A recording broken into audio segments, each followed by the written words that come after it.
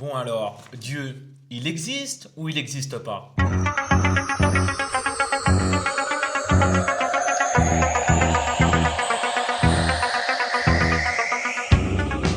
Quand tu penses à Paul Walker, mort carbonisé dans une Porsche alors qu'il quittait un gala de charité au profit de son association humanitaire, tu te dis, le pape il se fout de notre gueule. Mais quand tu es assis sur le trône et qu'au dernier rouleau, il reste que 2 feuilles et que ça le fait, tu dis merci mon Dieu. Donc, Dieu, il existe ou pas? T'as les pour et les contre. Les pour, quoi qu'ils ambitionnent dans leur vie, ils ne comptent jamais sur eux-mêmes et s'en réfèrent toujours à leur tout-puissant qui gère leurs projets les plus périlleux. Acheter une baguette avec un billet de 5 euros? Inch'Allah. Un Français va gagner Roland Garros? Tous à Lourdes. Israël, champion du monde de foot en 2022 au Qatar? Entraînement intensif à la synagogue.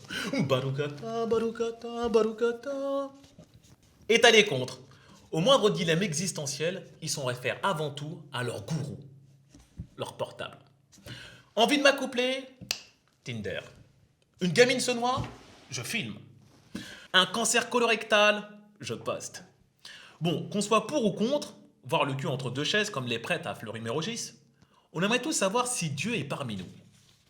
Entre la naissance du judaïsme au 6e siècle avant Jessie, à l'islam au 2e siècle après Jessie, où personne n'avait d'iPhone pour faire son zone interdite sur YouTube, Dieu, il était partout. Il marchait sur l'eau, montait au ciel, redonnait la vue aux aveugles, faisait ouvrir la mer en deux, circulait en tapis volant, transformait la cristalline en pétrus. Dieu, on ne sait pas s'il existe, mais on sait à quel moment précis il a quitté la terre pour les cieux. C'était un jour de 1832, au lendemain de l'invention de l'appareil photo. Depuis, Dieu il est pire que la femme de Colombo. On en entend tout le temps parler, mais on ne le voit jamais. Si on veut vraiment savoir si Dieu existe, c'est simple. Il faut commencer par penser foot. Que tu sois footeux ou pas, pense foot. Zinedine Zidane. Si tu le regardes bien, tu verras que c'est Dieu qui s'est déguisé en Marseillais pour se faire un kiff. Et quand il a tout donné, Coupe du Monde, Coupe d'Europe, coup de boule, Ligue des Champions, Ballon d'Or, ISF, il se laisse pousser les cheveux et il devient Roger Federer.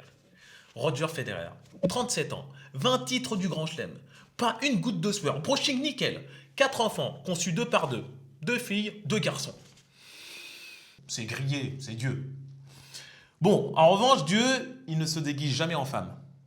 Même pour lui, c'est trop dur. C'est pas sexy, c'est une dédicace. Le diable, on sait qu'il existe. On ne doute jamais là-dessus. Pol Pot, Mussolini, Makassi Dibé. Mais Dieu, on hésite. Alors que l'un ne va pas sans l'autre.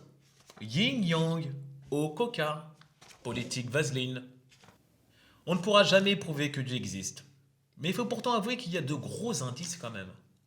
Le sourire de Julie Andrieux, le but de Wilter à la 94e de l'Euro 2000, Donald Trump et Kim Jong-un ont fait une soirée raclette.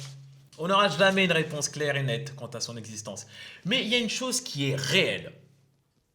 Au 2e tour de la présidentielle de 2017, si ça s'était joué qu'à une seule voix décisive, au moment d'ouvrir l'enveloppe, si ça peut l'ouvrir les portes de l'Élysée, je vois bien Marine Le Pen murmurer un « Inch'Allah ».